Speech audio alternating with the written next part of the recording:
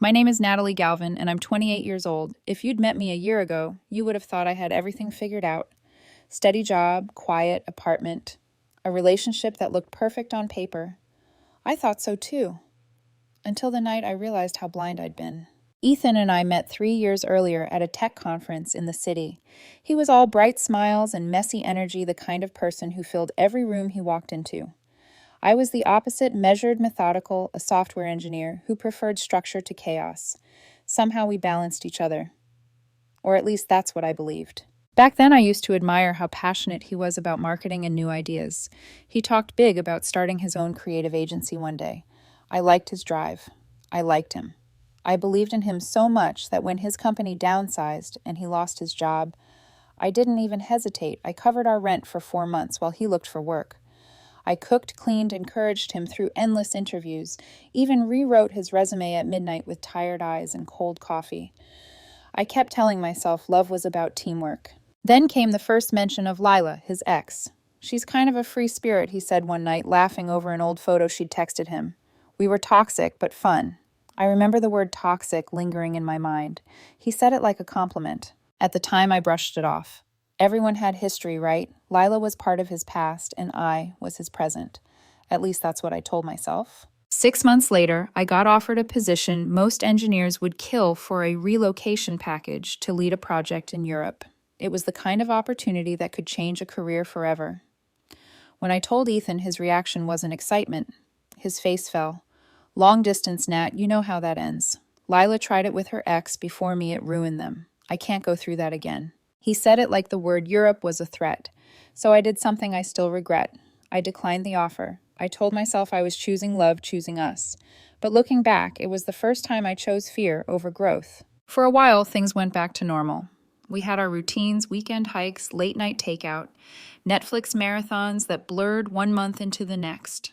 I thought peace had returned. But cracks always find their way through comfort. It started small. Ethan would mention Lila in passing. She just got back from Bali, or she posted this hilarious meme today. Then came the late night texts. I'd wake up at 2 a.m. to the soft buzz of his phone lighting up our bedroom. He'd glance at me, half asleep, and mumble, "Just catching up with Lila. She can't sleep either." Each time my stomach twisted a little tighter. One night, curiosity overpowered restraint. I looked at his screen when he left it face up on the counter. The message said, "Miss our adventures." My chest went cold. That single winking emoji told me everything I needed to know and everything I didn't want to believe. The next morning, I tried to handle it like an adult. No shouting, no accusations. I poured us both coffee and said quietly, "Ethan, those texts from Lila, they make me uncomfortable. If we're serious, maybe it's time to set some boundaries, like blocking her." He stared at me like I'd said something absurd. Then he laughed. "You can't expect me to block my ex. We're still friends." He said it with that smug little half smile he used when he thought he was being rational and I was being emotional. "It's not a big deal," he continued, setting down his mug hard enough to make it clink. "Lila and I have history, sure, but it's platonic now. You're acting insecure, Nat. If you trusted me, this wouldn't even be an issue." I remember sitting there, staring at my reflection in the dark swirl of coffee, the steam fading between us. It wasn't the words that hurt most, it was the tone. Dismissive, like my feelings were an inconvenience he'd outgrown. "Friends," I repeated softly, keeping my voice even.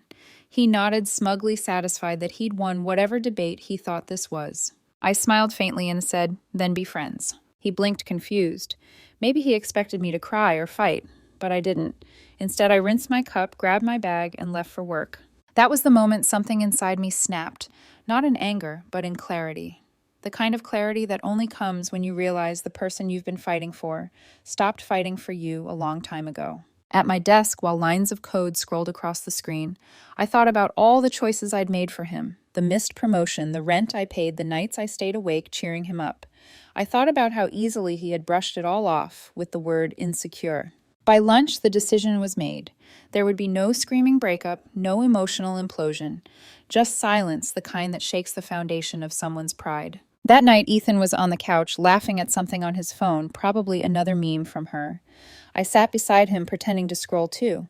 But what I was actually doing was deleting every photo, every post, every trace of us online. The laughter from his phone blurred into static in my ears as I clicked remove tag delete, album archive memories. By the time he looked up, I was smiling faintly again. He didn't notice the subtle difference. He never did. Later, as he fell asleep, I opened my work email. The subject line from my boss still sat there. Promotion still available if you reconsider.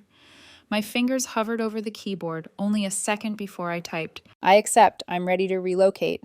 When I hit send, I felt something like freedom for the first time in years. The next morning, the sun came through the blinds and Ethan was already awake, scrolling on his phone. Hey, weird question, he said. Why did you delete all our photos on Instagram? I shrugged, sipping my coffee. Just felt like a fresh start. He frowned. Are you mad at me? I smiled again, this time genuine. Not at all. He didn't know what that meant. He wouldn't not until later. By evening, when he texted me, why are you ignoring me? I was already packing my suitcase. When the zipper closed, I took one last look around the apartment we'd built together, the plant he'd forgotten to water, the photo frames now face down on the shelf, the couch where we used to talk until sunrise. Then I snapped a picture of my boarding pass and sent it to him. No caption, no explanation, just proof that I was leaving. By the time he saw it, my phone was already on airplane mode. And for the first time, so was my heart. I didn't cry on the flight.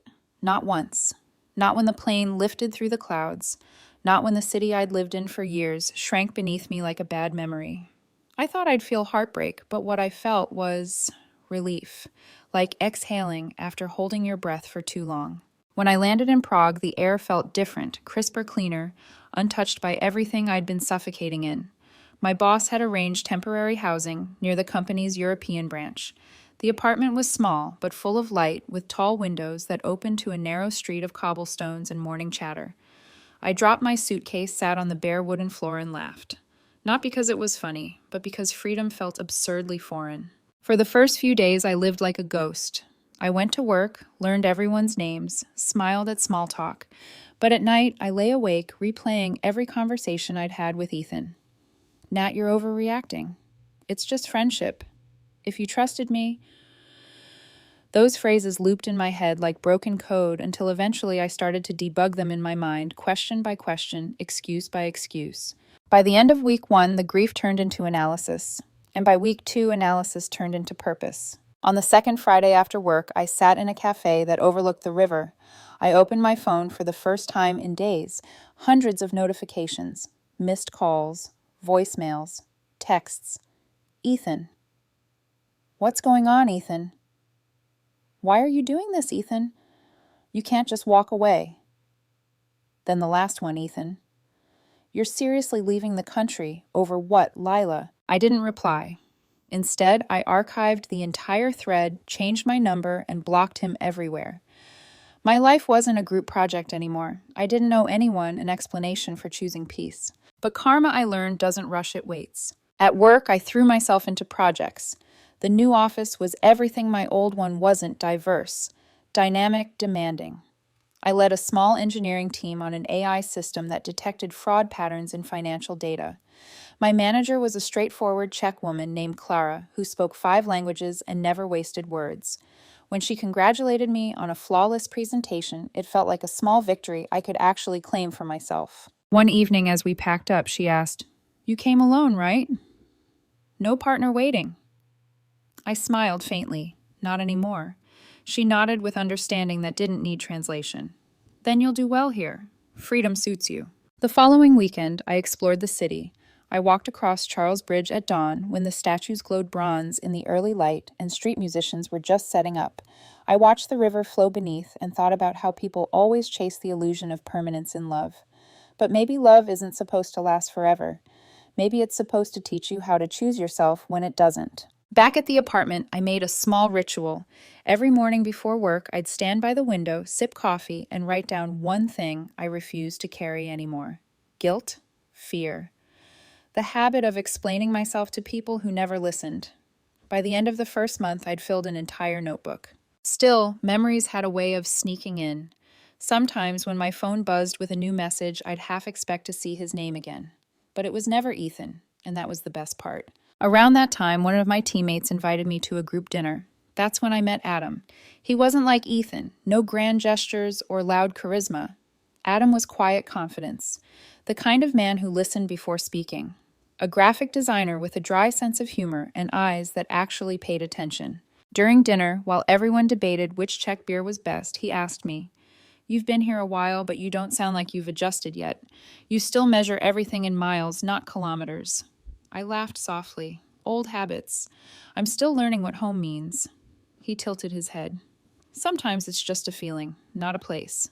That sentence stuck with me for weeks. Back in my apartments that night, I scrolled through social media for the first time since leaving home.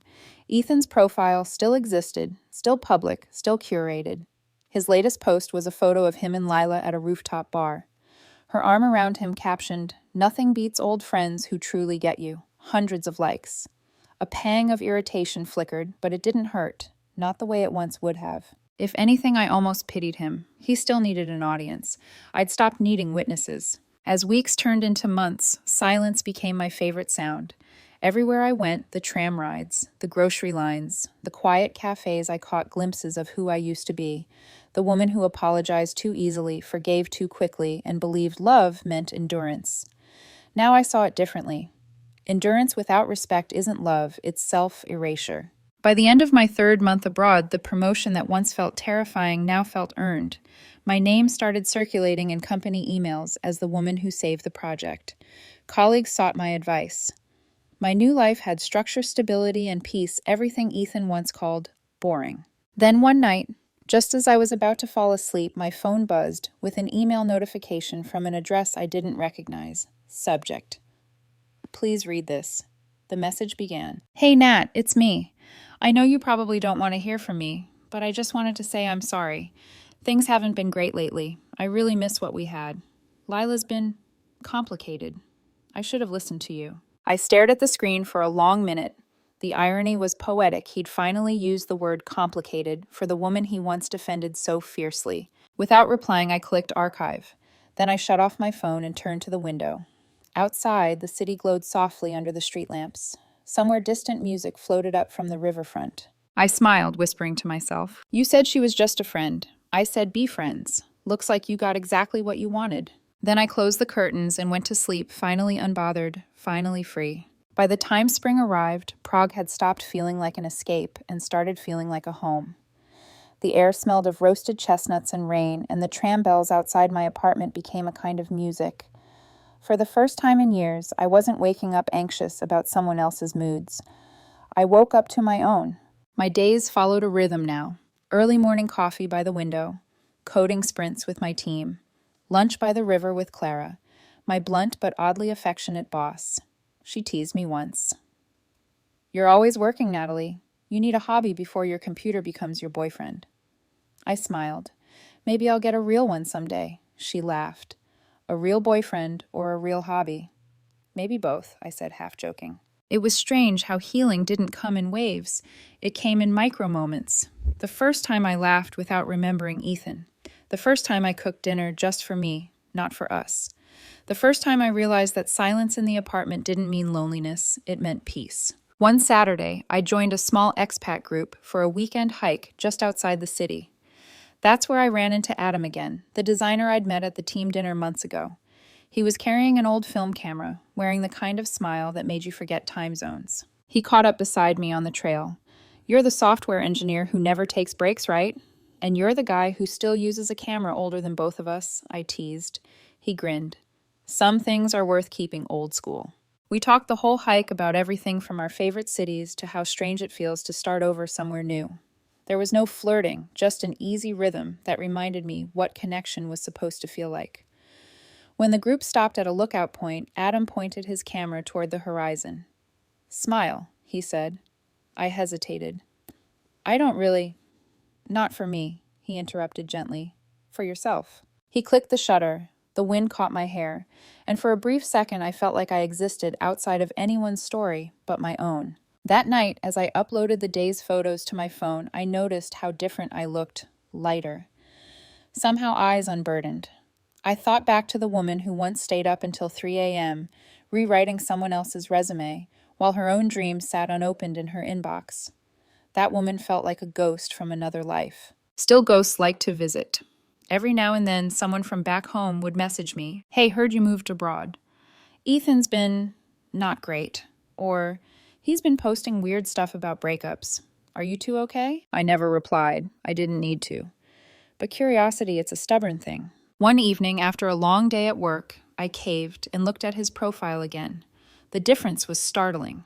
Gone was the polished, confident Ethan I remembered. He'd gone from gym selfies and cocktail bars to blurry photos with cryptic captions like, "Some people only love you when you're useful."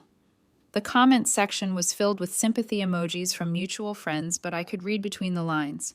He was unraveling. And then there she was, Lila, tagging him in photos, posting vague quotes about fake people. In one post, she wrote, "He promised stability but couldn't even manage honesty." The irony almost made me laugh. I shut my laptop and whispered, "Karma doesn't miss." A week later, Clara pulled me into her office. "You've done well here," she said, handing me a folder. Inside was an offer for a permanent role plus a raise.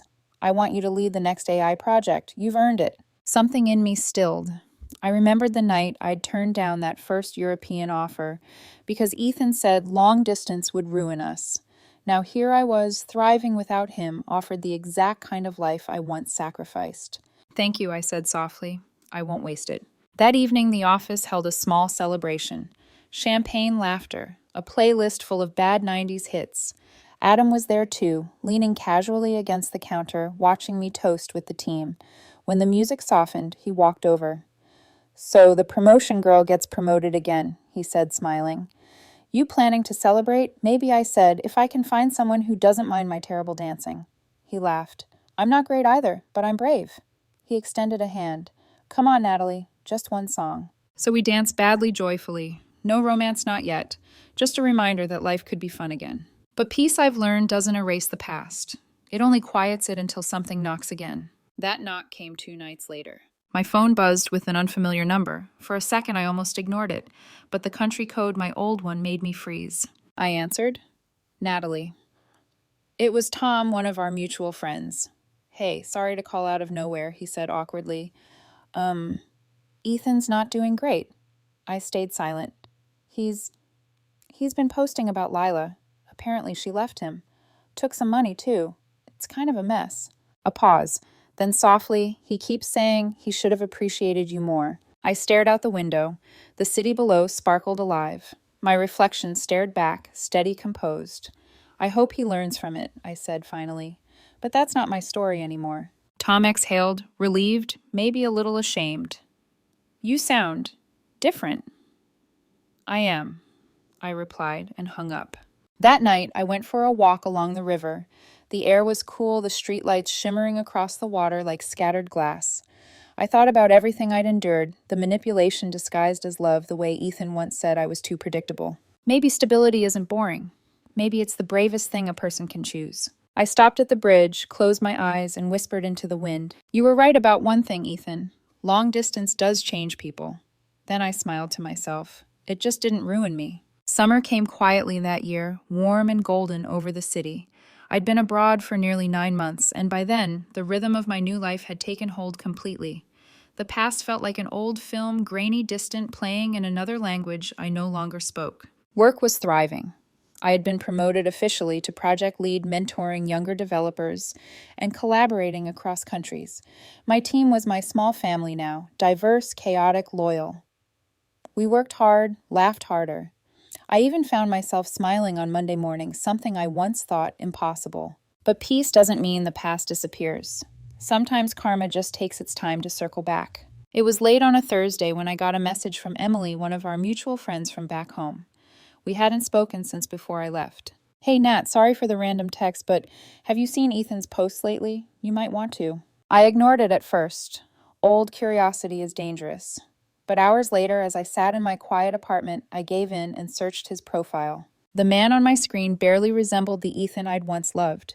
His usually perfect smile looked forced.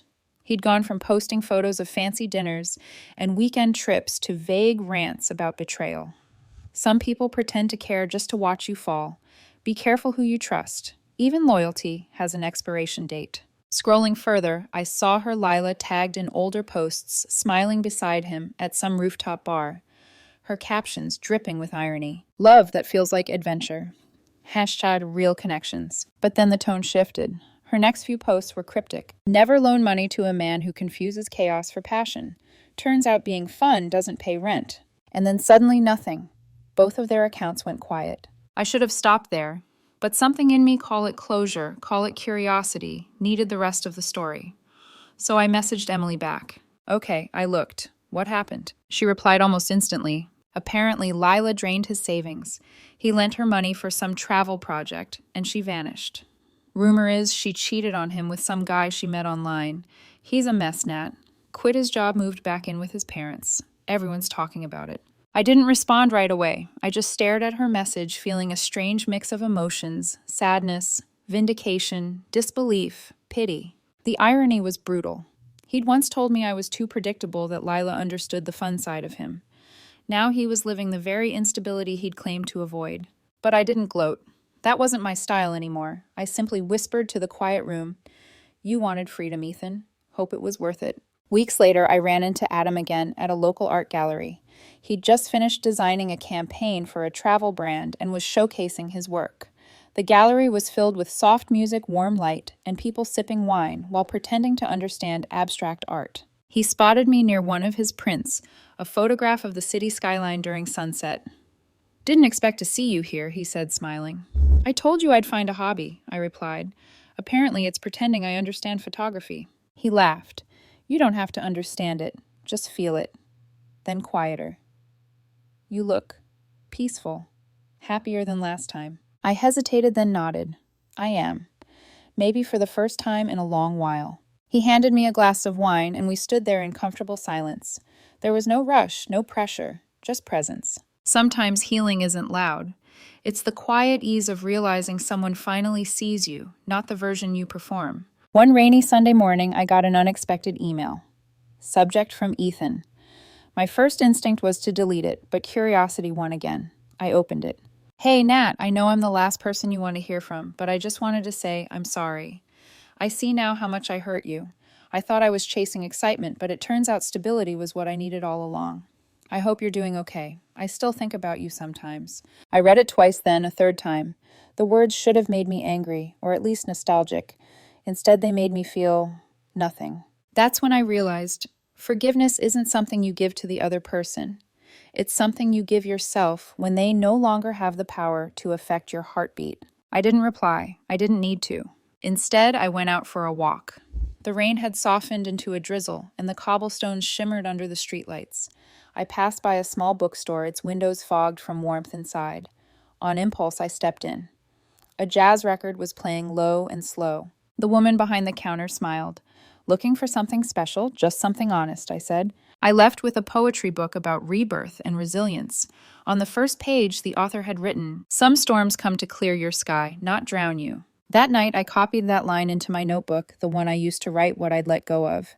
Next to it, I added one more word, Ethan. From then on, the messages from home started to fade. Emily stopped mentioning him. Tom stopped trying to mediate. It was as if the world had collectively decided to let the story end. Adam and I grew closer slowly, naturally. He never asked about my past in detail. He just made space for it without demanding explanation. One evening, as we watched the city lights flicker from his rooftop, he asked, "What made you stay here instead of going back?" I thought for a moment before answering. "Because leaving wasn't the escape," I said. "It was the beginning." He smiled softly. "Then I'm glad you began here." For once I believed him. Not as a line, not as a promise, just as truth. But life, of course, loves its symmetry. Just when I thought the chapter was finally closed, the past knocked one last time, loud and desperate. It was past midnight when my phone rang with another unfamiliar number, the country code again home. Against my better judgment, I answered. A shaky voice said, "Nat, it's Ethan." I froze. He sounded different. Deflated, hollow. "I'm sorry to call like this," he continued, voice cracking. I needed someone to talk to. Everything's gone. Lila took the rest of my savings, blocked me everywhere. I have nothing left. You were the only person who ever actually cared about me." For a long moment, I said nothing, just listened to the rain outside. Then I said quietly, "Ethan, you made your choice, and I made mine." He sniffled. "Can't we start over?" "Please, I'll change. I'll make it right this time." I exhaled slowly. "You said blocking Lila would be controlling. But you blocked me when I left. You called me predictable. Now you want the peace you once mocked. I hope you find it, but it won't be with me." Before he could answer, I ended the call. Then I blocked the number. As I stood by the window, I watched the reflection of the rain streaking down the glass and realized something powerful. I hadn't just moved cities. I'd moved on. I thought that phone call would be the last echo of my past. I was wrong. 2 weeks later, just as the city was sliding into autumn, the ghost started knocking again, this time louder, uglier, and far more desperate. It started with an email from unknown@somebusinessdomain.com. Subject, please, Natalie. Just hear me out. The message began simply, "I know you probably hate me, but I don't know who else to reach out to. Lila left me broke. I've been trying to fix things, but nothing's working. You always believed in me. Please, can we just talk?" I hovered over the trash icon, but something stopped me. Not sympathy, curiosity. It was astonishing how he still managed to twist the story into him being the victim. I didn't reply. 5 hours later, another message appeared. Then another. Each one messier, more emotional, more erratic. By the third email, he was practically begging. "I've lost everything. I just need someone to listen. Please, I'll make it right this time, I swear." That night, I dreamt about the old apartment, the smell of his cologne, the muted light on the walls, his phone buzzing at 2 a.m. I woke up sweating, heart pounding, realizing that even from a continent away, some people will still try to haunt you if you let them. A few nights later, I was working late, lost in code, when my phone lit up again. Unknown number, local time, 2:07 a.m. I shouldn't have answered, but the part of me that wanted final closure did. "Hello." For a second, all I heard was breathing. Then his voice fragile and slurred. "Nat, it's me." I closed my eyes. "Ethan, it's 2 a.m. I know, he mumbled. I needed to hear your voice. I'm sorry. God, I was so stupid. I shouldn't have. I thought she was different." There was a pause, long and heavy. The sound of him crying came through the line. "She hit me once," he said suddenly.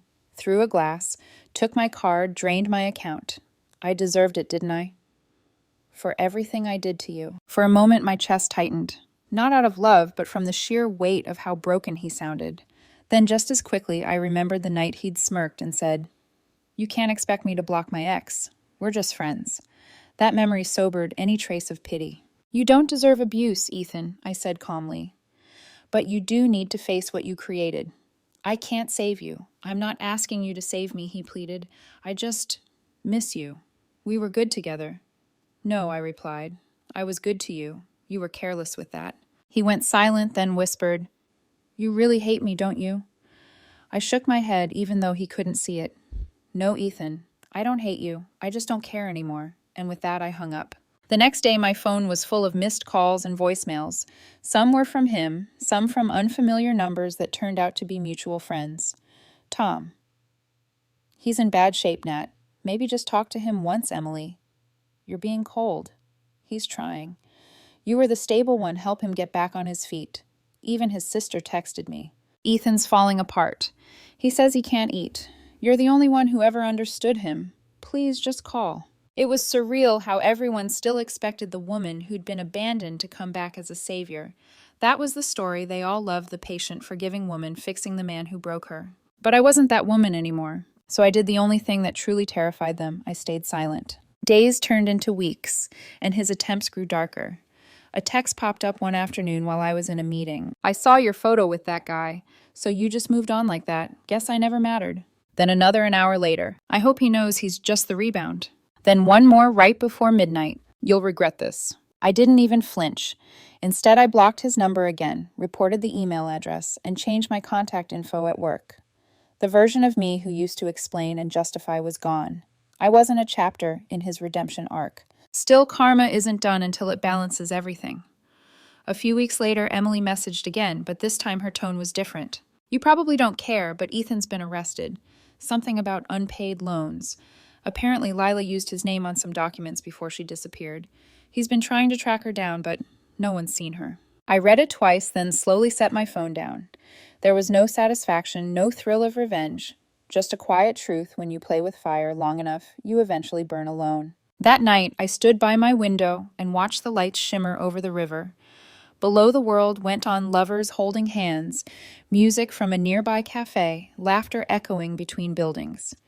Life didn't pause for other people's chaos. I poured myself a glass of wine and raised it slightly, whispering into the night, to peace that doesn't need an apology. The next morning, I met Adam for brunch. He noticed the faint circles under my eyes.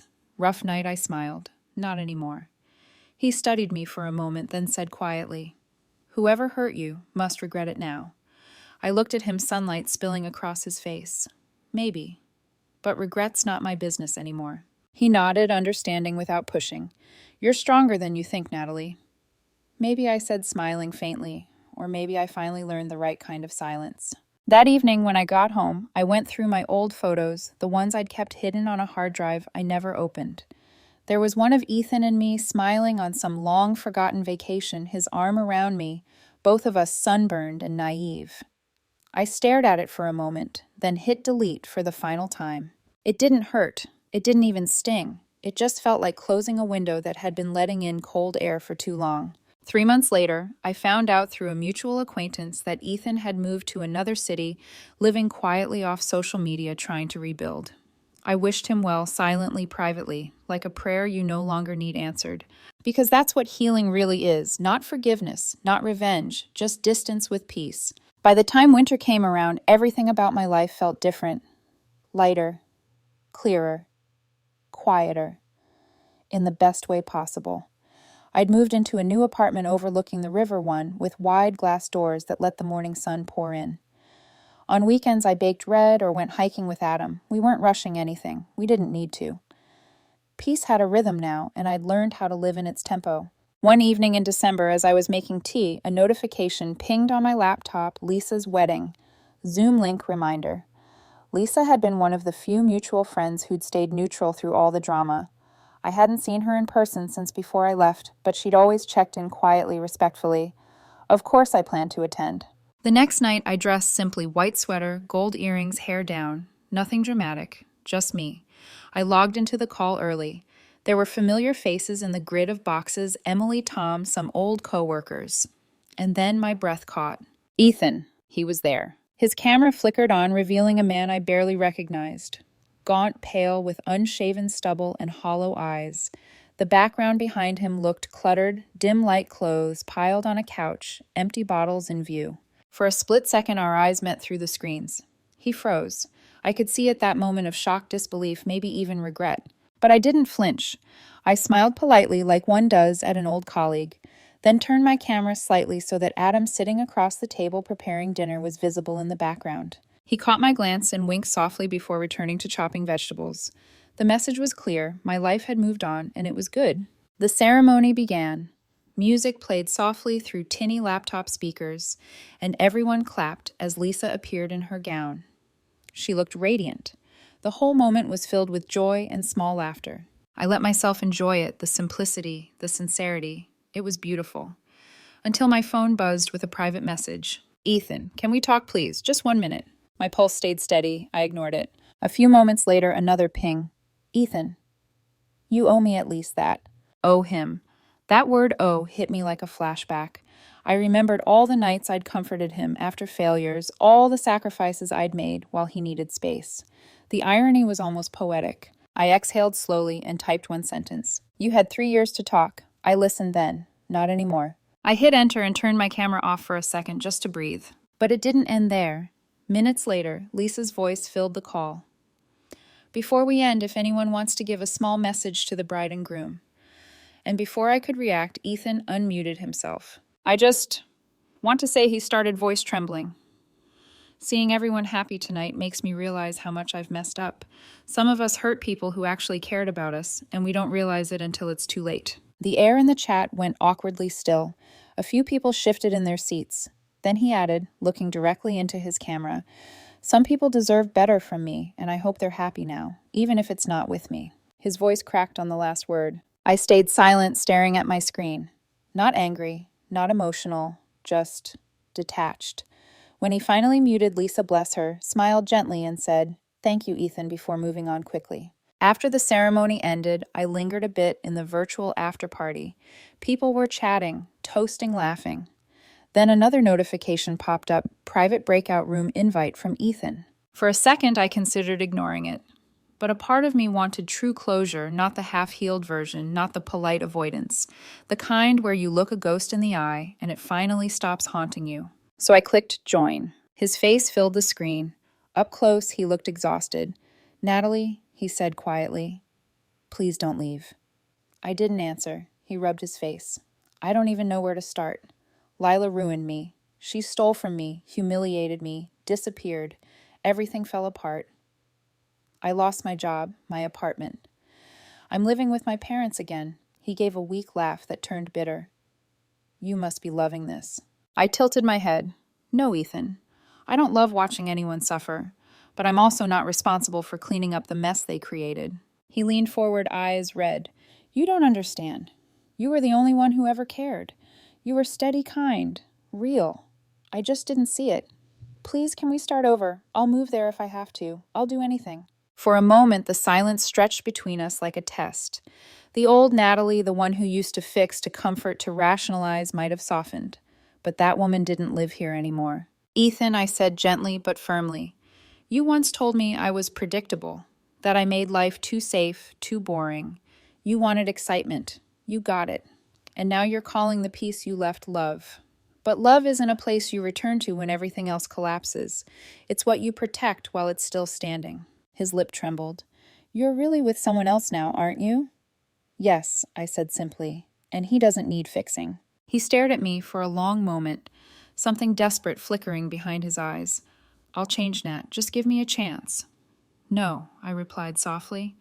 "You had all your chances. This isn't cruelty, it's clarity." He looked down defeated. "You're colder than I remember." I shook my head. "No, just healed." Before he could answer, I clicked leave room. When I rejoined the main call, Lisa was thanking everyone. Adam walked into frame with 2 glasses of wine. "How was it?" he asked, noticing my calm expression. "Closure," I said. "Nothing more." He handed me a glass. "To closure, then." We clinked lightly, and I smiled, not triumphantly, just peacefully. Later that night, after the call ended and the city went quiet, I stood by my balcony. The air was crisp stars reflecting in the river below. I thought about all the versions of me that had existed, the girl who stayed, the woman who left the one, who learned how to be alone, and the one who finally found peace again. Ethan's words echoed faintly in my mind. "You're colder than I remember." Maybe he was right, but maybe after everything, being cold just meant I'd finally stop burning myself to keep someone else warm. I took a deep breath, smiled into the night, and whispered, "You said you wanted freedom, Ethan. I found mine." And for the first time, I didn't feel haunted, I felt whole.